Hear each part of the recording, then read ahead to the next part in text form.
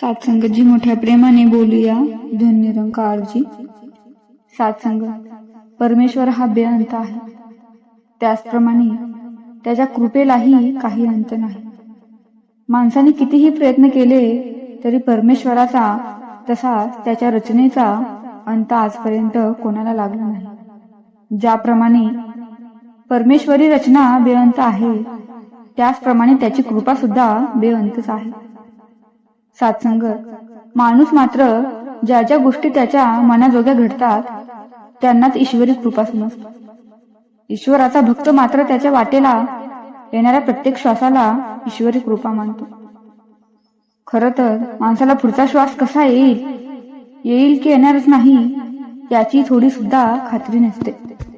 संतजनांनो, माणसाच्या जीवनात मृत्यू हे एक त्रिकालबाधित पूर्ण सत्य आहे. तरीही ते कोणालाच नको असतं. मृत्यू टाळण्यासाठी माणूस आटोकाट प्रयत्न करतो. एवढेच काय तर स्वतःचा मृत्यू टाळण्यासाठी प्रसंगी तो दुसऱ्याचा जीव घेण्यास मागे पुढे पाहत नाही. सात्संग मृत्यू हा तर अवतारी महापुरुषांना सुद्धा टाळता आला नाही हो. याबद्दल परीक्षिताची कथा सर्वश्रुत आहे. जन्मजय ऋषींनी 7 दिवसात त्याचा मृत्यू सर्पदंशाने असल्याचे भविष्य वर्तवले. राजाने मृत्यू टाळण्यासाठी नदीच्या मध्यभागी एक स्तंभ उभारून त्यावर आपले घर बनवले. तरीही ठराविक समयी त्याचा सर्पदंशाने मृत्यू झाला. सात्संगत या गोष्टीतून एकच सांगायचं आहे की मृत्यू कोणालाही चुकला नाही किंवा तो कोणाला चुकवताही येणार नाही. म्हणूनच म्हटलं आहे की मृत्यू न म्हणे थोर थोर, मृत्यू न म्हणे हरिहर, मृत्यू न म्हणे अवतार भगवंताचे. मृत्यूसाठी ईश्वरी संकेतानुसार स्थळ, काळ, कारण, वेळ या गोष्टी जुळून येतात आणि मृत्यू हा निश्चित होतोच. सात्संग मृत्यू येणार हे अटळ सत्य मान्य केल्यानंतर तो कसा यावा हे कोणाच्याच हातात नसतं. प्रारब्धानुसार माणसाला या जन्मामध्ये सुख दुःख भोगावे लागते व त्यानुसारच त्याचा मृत्यूही होतो.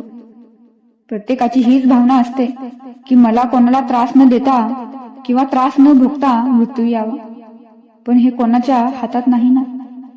सात्संगत एखाद्या अत्यंत सदाचारी सतशील व्यक्तीला अत्यंत दुःखद यातनामय मृत्यू येतो तर याच्या बिलकुल विपरीत जीवन जगणारा दुष्ट पापी माणूस कोणत्याही यातना न भोगता चालता बोलता सहज मृत्यू पावतो. म्हणजे मृत्यूवर माणसाचे कोणतेही नियंत्रण चालत नाही. संतजनांनो, संत महात्मा अवतारी पुरुष त्या मृत्यूला ईश्वरी कृपाच मानतात. त्यांनी सद्गुरु कृपेने मनुष्य जन्माचे उद्दिष्ट म्हणजे ईश्वरीय ज्ञान प्राप्त केलेलं असतं. आपलं तन मन धन त्यांनी ईश्वर चरणी समर्पित केलेलं असतं. मी शरीर सुख दुःखाचा भोग घेणारा हा धारणेतून ते सर्वथा मुक्त असतात. ते जन्म मरण सुख दुःख या भावनारहित असे जे परमात्म स्वरूप आहे त्याच्याशी एकरूप होऊन पावलेले असतात. त्याबद्दल म्हणलं आहे की जब मैं था तब तू नहीं, अब तू है मैं नहीं. या अवस्थेपर्यंत पोहोचलेल्या महापुरुषांवर ज्या सुख दुःखाने सामान्य जीव व्यथित होतात त्याचा त्यांच्यावर कोणताही प्रभाव पडत नाही. ते ईश्वरी कृपेने येणारा प्रत्येक श्वास, मग तो सुखाचा असो किंवा दुःखाचा, त्याला ईश्वरी कृपाच मानतात आणि आपली अद्वितीय उदाहरणे जगासमोर ठेवून अजरामर ठरतात. म्हणूनच त्या पुरातन संत महापुरुषांचे जीवन सदैव मनुष्य मात्राला वंदनीय आणि पूजनीय ठरलं आहे. सात्संग भगवान येशू ख्रिस्त, श्री गुरु अर्जुन देवजी महाराज या महात्म्यांनी अत्यंत कष्टमय मृत्यूचा आनंदाने स्वीकार केला. संत श्रेष्ठ ज्ञानेश्वर माऊलींनी जिवंत समाधी घेऊन मृत्यूला अमृतमय बनवलं. ज्या मृत्यूच्या नुसत्या कल्पनेने जगाचा थरकाप होतो त्याचा महात्माजन आनंदाने स्वीकार करतात. जगातील सर्वात मोठ्या भयावर मृत्यूवर मात करणारी विद्या म्हणजे अध्यात्म आहे. सात्संगत मृत्यू हा सर्वांसाठी समान आहे. कितीही थोर व्यक्ती असला तरीही त्याला मृत्यू टाळता येत नाही. मृत्यू हा कोणालाही सोडता येत नाही. मग तो व्यक्ती ज्ञानी असो किंवा अज्ञानी असो किंवा तो कोणता राजा असो, तरीही त्यांना मृत्यू हा टाळता येत नाही. संतजनांनो, मृत्यूला घाबरण्याऐवजी आत्मज्ञानावर किंवा देवाच्या ब्रह्मज्ञानाच्या प्राप्तीवर लक्ष केंद्रित करा, जेणेकरून आपली जन्म आणि मृत्यू या फेऱ्यातून मुक्ती होईल. सात्संगत, मृत्यूचं भय तर मानवाच्या अज्ञानामुळं आणि आत्म्याचं खरं स्वरूप न समजल्यामुळं निर्माण होतं.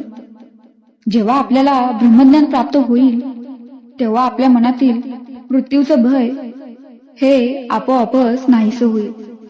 सात्संगत, आपल्याला ब्रह्मज्ञान प्राप्त करूनच मृत्यूच्या बंधनातून मुक्ती मिळू शकते. सात्संगत, मृत्यू ही शरीराची समाप्ती आहे, आत्म्याची नाही. सात्संगतजी मोठ्या प्रेमाने बोलूया. धन्य निरंकारजी.